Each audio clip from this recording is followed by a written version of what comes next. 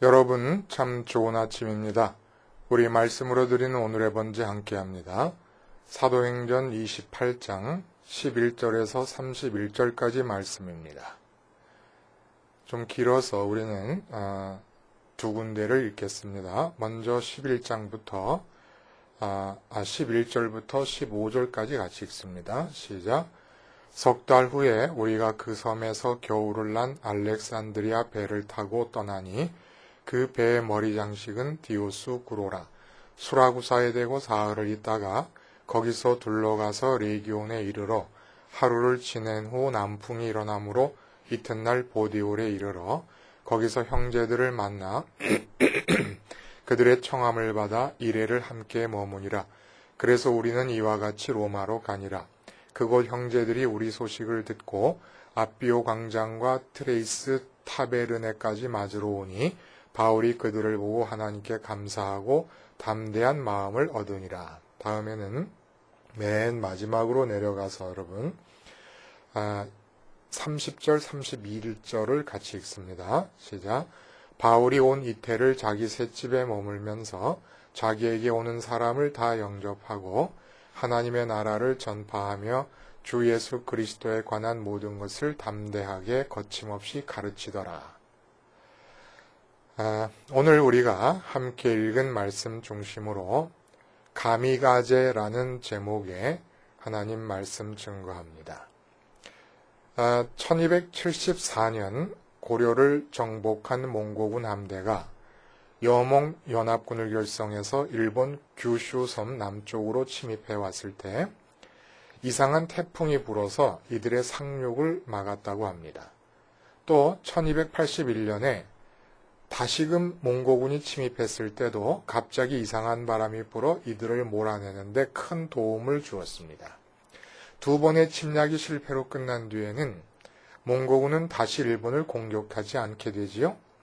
이후로 일본인들은 대륙의 정복자 몽고로부터 일본을 지켜준 이 바람을 신이 보내준 바람, 즉 가미가제, 신풍이라고 부르게 되었습니다. 2차 대전이었어요.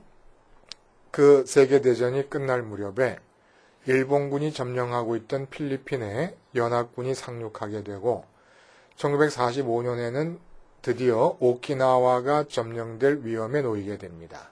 이때 일본 군부는 연합군의 진격을 막는 수단으로 가미가제라 이름하는 특공대를 결성하게 되거든요. 근데 이 가미가제가 사실은 몽고군을 막아주었던 신의 바람을 일컫는 말 아니었습니까? 이번에는 의도를 가지고 그 신의 바람 가미가제를 인공적으로 일으키려 했던 셈이지요. 가미가제 도코타이, 즉 신풍 특공대라고 하는 이 부대는 연령이 20세 정도인 지원병들로 편성이 됩니다. 이 젊은 조종사들은 천황을 위해 죽는 것을 명예로운 일이라고 생각해서 연합군 함대에 전투기 동체와 함께 부딪혀서 전사하는 그런 무모한 공격을 가하기 시작을 한 겁니다. 천황을 위하여 국가를 위하여라고 하는 구호 아래서 이 젊은이들은 기가 막힌 일은 탑재 가능한 최대치인 500kg이 넘는 탄약을 전투기에 싣습니다. 근데 연료는 출발지 가고시마에서 오키나와까지 도착할 분량밖에는 넣지를 않는 거예요. 그러니까 돌아오기 위한 연료가 없이 떠나는 겁니다.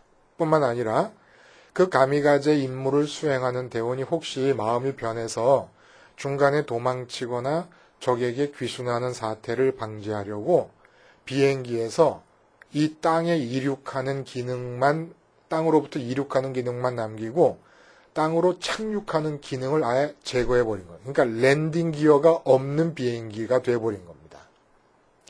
그게 전투기 한 대당 미 군함 한 대를 폭격할 것을 목적으로 가고시마 지역에서만 이 명령을 따라서 10여 차례 출격이 있었는데 1024명의 젊은이들이 전투기 동체와 함께 전사합니다. 그 중에 11명의 한국인 출신도 있었다 그래요. 여러분, 이 가미가제가 그 이후로 이 연합군에 대해서 저항하는 자국을 지키기 위한 어떤 애국심의 상징적인 사건이 되어서 일본인들에게는 아주 굉장히 큰 자부심의 근거가 되었다고 합니다. 사도 바울은 고린도후서 5장 8절과 9절에 말씀합니다.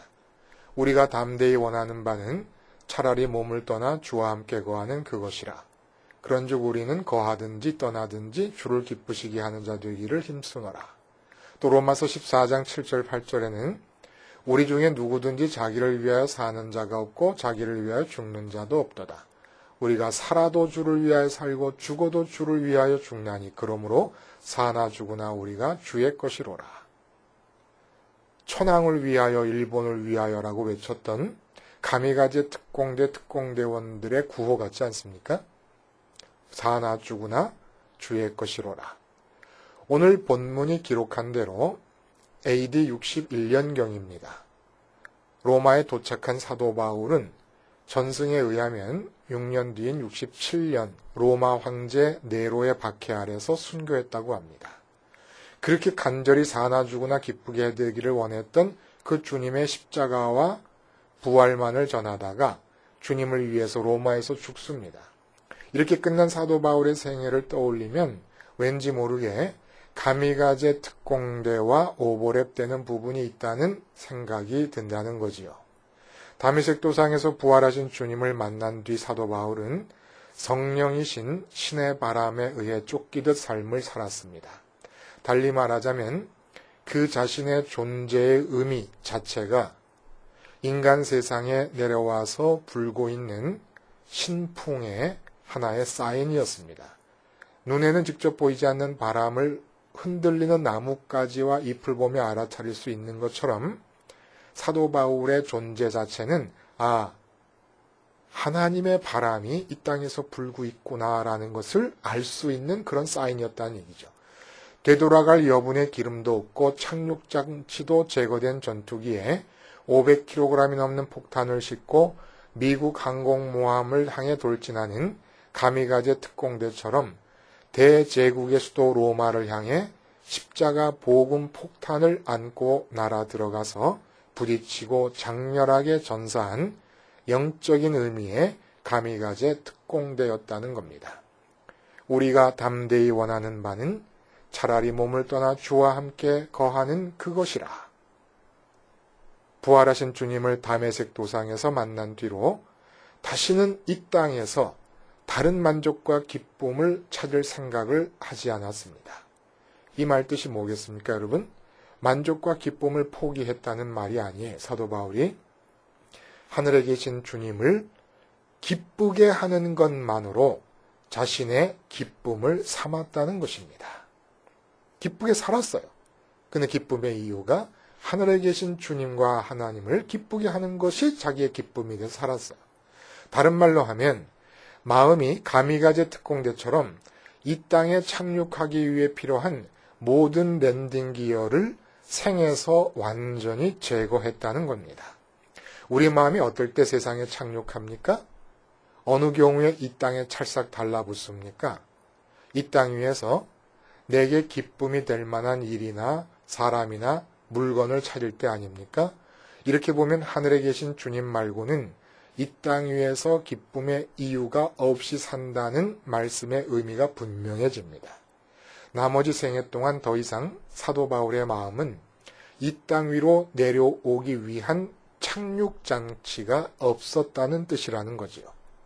이처럼 착륙장치 없이 다메섹 도상 이전의 세상적인 엘리트의 삶으로 돌아갈 연료도 없이 그냥 하늘에 계신 하나님과 주님만을 기쁘게 하는 일을 나의 기쁨으로 살며 앞으로 돌진하다가 대제국의 수도 로마라는 항공모함에 충돌하고 전사한 것입니다. 오늘 본문으로 사도행전의 기록은 끝이 납니다. 이 부분을 세 부분으로 나누어서 생각할 수가 있어요. 첫째는 정말 수많은 우여곡절 끝에 사도 바울이 마침내 로마에 도착하는 과정과 그리고 두 번째는 도착 후 로마에 거주하던 유대인들에게 복음을 전한 사실, 마지막으로는 구류 중인 신분으로 세 집에 머물면서 2년 동안 사도 바울이 하나님과 천국과 예수님의 십자가와 부활을 전한 사역이 간략하게 보고되고 있습니다. 사도행전을 기록한 누가는 우선 유라굴로 광풍에 떠밀려 오게 되었던 그 멜리데 섬으로부터 로마까지의 여정을 별다른 부연 설명 없이 다급한 듯이 한달음에 기록해 나가고 있습니다. 항로와 육로를 다 합쳐서 700-800km에 달하는 대장정입니다. 이 길고 긴 거리를 통해 진행된 여행 그 자체는 본문을 통해 보면 전혀 중요해 보이지를 않습니다. 오로지 로마에 도착하는 일 이외에는 아무런 관심이 없는 것처럼 보입니다. 그러니까 온 마음이 사도 바울도 누가도 로마를 향해 집중되어 있다는 것이죠. 모든 다른 관심이 다 뒤로 밀려나 있어요. 마치 가미가제 특공대의 전투기가 미국 전함으로부터 빗발치듯 쏴대는 대공 포격 사이를 헤집으며 전속력으로 전함을 향해 날아 들어가는 순간과도 같다 이겁니다. 로마를 향해 전속력으로 날아 들어가고 있는 거예요, 지금. 그리고 마침내 로마에 도착한 사도 바울은 우선 로마에 있는 유대인들을 만나 복음을 전합니다. 그러나 받아들여지지 않습니다. 그래서 이사야서의 인용과 함께 28절에 다음과 같은 말씀을 하게 됩니다. 그런즉 하나님의 이 구원이 이방인에게로 보내어진 줄로 알라. 그들은 그것을 들으리라 하더라. 세계 중심 도시 로마에서 십자가 복음이 이제 본격적으로 그 방향을 돌려 이방인들을 향할 것임을 선언해 버리는 것입니다. 유대인들의 복음에 대한 부정적 반응을 통해서 공격 목표가 다시금 수정되고 그 목표를 향한 정조준이 일어난 셈인 거지요. 마치 가미가제 특공대의 전투기가 미국 전함에 부딪히기 직전에 충돌의 파급 효과를 최대한으로 크게 하기 위해서 전함의 중심부로 전투기의 방향을 정조준하는 것과 비교할 수 있다는 겁니다. 그리고 이제 마지막으로 정면으로 로마라는 전함에 충돌합니다. 그 충돌하는 모습을 본문에서는 뭐라고 표현하고 있냐면 마지막 30절, 32절 두 구절인데 바울이 온 이태를 자기 셋집에 머물면서 자기에게 오는 사람을 다 영접하고 하나님의 나라를 전파하며 주 예수 그리스도에 관한 모든 것을 담대하게 거침없이 가르치더라. 사도행전은 이처럼 신풍특공대인 바울이 로마에 충돌하는 장면까지만을 기록하고 끝이 납니다. 그 충돌로 인한 피해 규모 같은 것에 대해서는 언급이 없어요. 그것은 역사가 답을 해줄 것이기 때문이었습니다. 결국 로마 제국은 제국판도 전체적으로 보자면 아직 그리스도인이 소수에 불과한 때, 제가 알기로는 9% 정도밖에 안 될 때에 기독교 국가로 전환이 됩니다. 기존의 로마 제국은 뿌리채 뽑혀버리고 체질적으로 완전히 다른 나라가 들어선 것이죠. 여기서 우리는 오늘 본문을 보면서 제목과 연관지어서 이런 의문이 생깁니다. 본문의 내용이 무슨 그다지 가미가제 특공대의 무모하리만치 저돌적인 공격과 비교될 수 있을 만큼 심각한 전투적 분위기를 띠고 있다는 말일까? 의문이 생기잖아요. 이태 동안 셋집에 머물면서 복음을 전하는 것이 그렇게 심각한 충돌 상황일까? 가는 곳마다 유대인들의 박해가 따랐던 것을 생각하면 오히려 지극히 평화로운 상태가 아닌가 하는 의문이 생긴다는 거죠. 마지막 30절 말씀을 다시 한번 보면 이래요. 하나님의 나라를 전파하며 주 예수 그리스도에 관한 모든 것을 담대하게 거침없이 가르치더라. 바로 이 말씀 속에서 지금 불길이 치솟고 있다는 겁니다. 제국의 수도 로마는 이 말씀이 처음에 무슨 의미를 담고 있는지 전혀 알아차리지 못했을 것이에요.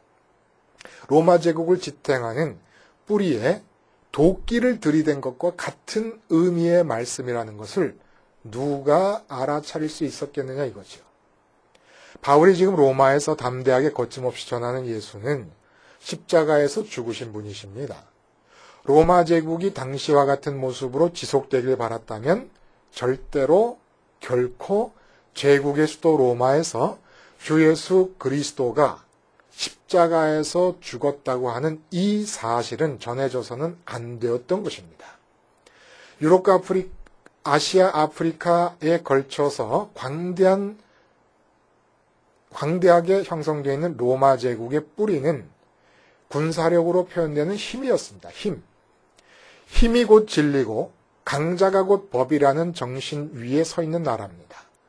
제국 내에 평화가 있었습니다마는 힘에 의해 억압되고 평정된 평화였습니다. 강자의 여유가 관용할 수 있는 한도 안에서의 평화였어요. 그래서 폰투스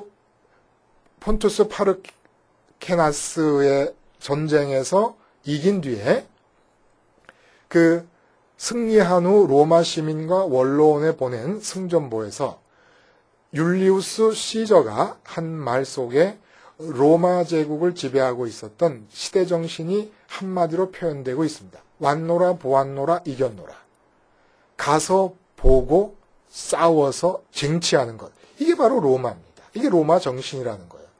십자가 속에 담긴 의미는 이렇게 로마 제국이 뿌리를 내리고 있는 힘이라는 개념에 대해서 가장 대극점에 위치하고 있습니다. 십자가는 힘의 부재를 뜻합니다. 패배와 낙오와 극단적인 약함을 의미하는 것이고 바로 그런 패배자들과 낙오자들을 제국 내에서 제거하기 위해서 로마 당국이 만들어낸 형틀이었습니다. 사도 바울은 이처럼 힘과 승리 위에 서 있는 제국의 수도 로마에서 무력함과 패배의 상징인 십자가에 달려 죽은 예수를 주님으로 전했던 것이에요. 이것은 제국을 지탱하고 있는 기반을 흔드는 일이죠. 로마 제국 내에서의 삶의 질서를 불어넣어주고 있는 가치 체계의 혁명적인 개벽을 의미하는 것입니다. 힘을 기르고 강자가 되어야만 한다는 시대정신 아래 살고 있는 사람들이었잖아요. 그들에게 가장 피하고 싶고 혐오스러운 것이 바로 십자가였습니다. 그러니까 십자가에 달려 죽으신 예수님과 날마다 연합해서 살라는 말씀이 그들에게 어떻게 들렸겠는가 상상할 수 있지 않아요? 한편으론 너무너무 터무니없어서 한 귀로 듣고 한 귀로 흘리면 그뿐인 정신병자의 말이거나 아니면 제국과 그 백성들의 삶의 체질과 운명을 전격적으로 뒤집어 엎는 위협적인 말씀이라는 걸 알았겠지요. 우리는 지금 알고 있습니다. 뭘 알아요? 역사는 후자 쪽으로 흘렀다는 것을 압니다. 그러므로 로마에서 하나님 나라를 전파하며 주 예수 그리스도에 관한 모든 것을 담대하게 거침없이 가르치더라라는 말씀은 이방 세계의 패권 국가였던 로마 제국의 중심인 로마에서 예수님의 십자가를 담대하고 거침없이 가르쳤다는 것이고 그것은 다시금 영적인 의미에서 볼 때 로마가 불길로 뒤덮이게 되는 가미가제 공격을 감행했다는 말씀과 같은 의미였다는 겁니다. 예수님의 십자가는 로마 제국이 서 있는 정신적 근간을 허물어버리는 폭탄이었습니다. 사도행전은 이렇게 사도 바울이라는 가미가제 특공대원의 전투기가 로마 제국이라는 거대한 항공모함의 중심부에 충돌하여 불길이 치솟는 장면으로 끝이 납니다. 그 공격과 성과나 로마가 입은 피해 상황에 대한 정확한 언급은 전혀 없습니다. 그러므로 사도행전은 내용적으로 보자면 불과 바람으로 시작해서 불과 바람으로 끝납니다. 불과 바람으로 묘사된 오순절의 성령 강림으로부터 시작된 신풍의 역사는 30년의 시간이 흐르면서 십자가 폭탄으로 가득가득 채워진 사도 바울을 유라굴로 광풍 같은 힘으로 휘감아서 마침내 이방 세계의 중심이었던 로마에 충돌하는 것으로 이 이야기를 마감합니다. 이제 사도행전은 이방 땅을 향한 가미가제 공격을 위해 사도 바울의 손에 들려있던 바통을 모든 그리스도인들에게 넘겨주고 있는 거예요. 이 땅 위에서 가정도 직장도 학교도 모든 삶의 현장이 우리가 십자가 폭탄을 마음에 안고 가미가제 공격을 감행해야 하는 전함들입니다. 그것을 지배하고 있는 시대정신과 가치관을 향해서 십자가 폭탄을 안고 돌격해 들어가야 된다는 것이, 그게 우리 바로 삶의 의미라는 겁니다. 이 땅에 살아있는. 이 돌격의 겉모습은 로마에서 2년 동안 셋집에서 말씀을 전하던 바울의 모습처럼 겉으로 평화스럽게 보일 수도 있습니다. 그러나 내용은 전쟁입니다. 가미가제 특공대의 결심으로 치러야 되는 전쟁이어야 합니다. 십자가를 통해 날마다 죽는다는 것은 하루하루 살 때 착륙 장치를 제거하고 이 땅에서 이룩해버린다는 것을 말합니다. 하루를 사는 동안에 이 땅에 대해 십자가를 통해 이룩함과 동시에 내 마음의 만족과 기쁨은 오직 아버지와 주님이 계시는 하늘에서만 찾을 것을 다짐하는 것입니다. 이런 십자가를 통한 다짐을 통해서 우리는 이 땅에 착륙하기 위에 필요한 랜딩 기어를 제거할 수 있게 됩니다. 십자가를 통해서만 이 땅에서 기쁨을 얻을 수 있는 것에 대해 죽을 수 있기 때문에 이 땅에 착륙하기 위한 랜딩 기어를 제거한다는 거죠. 그렇게 착륙 없는 이륙 준비가 이루어지면 드디어 신의 바람이신 성령님께서 내게로 불어올 것입니다.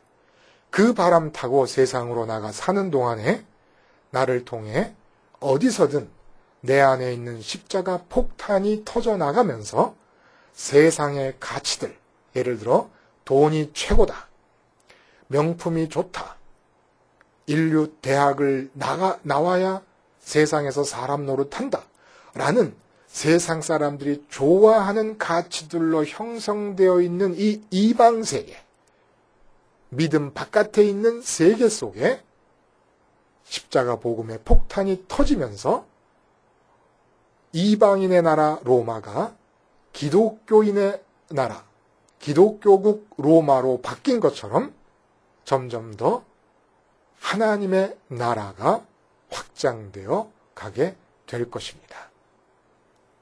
오늘도 가미가제 특공대로 이 세상을 십자가 폭탄을 안고 나가시는 하늘의 백성들 되시기를 바랍니다. 기도하시겠습니다. 하나님 아버지, 가미가제 신풍을 타고 이 세상을 향해 십자가 폭탄을 안고 날아 들어가는 가미가제 특공대들이 되게 하여 주시옵소서. 사나 죽으나 주만을 기쁘시게 하기를 원한다는 사도 바울의 입에 담겼던 그 고백이 나의 고백이 되기를 바라오며 예수님의 이름으로 기도하옵나이다. 아멘.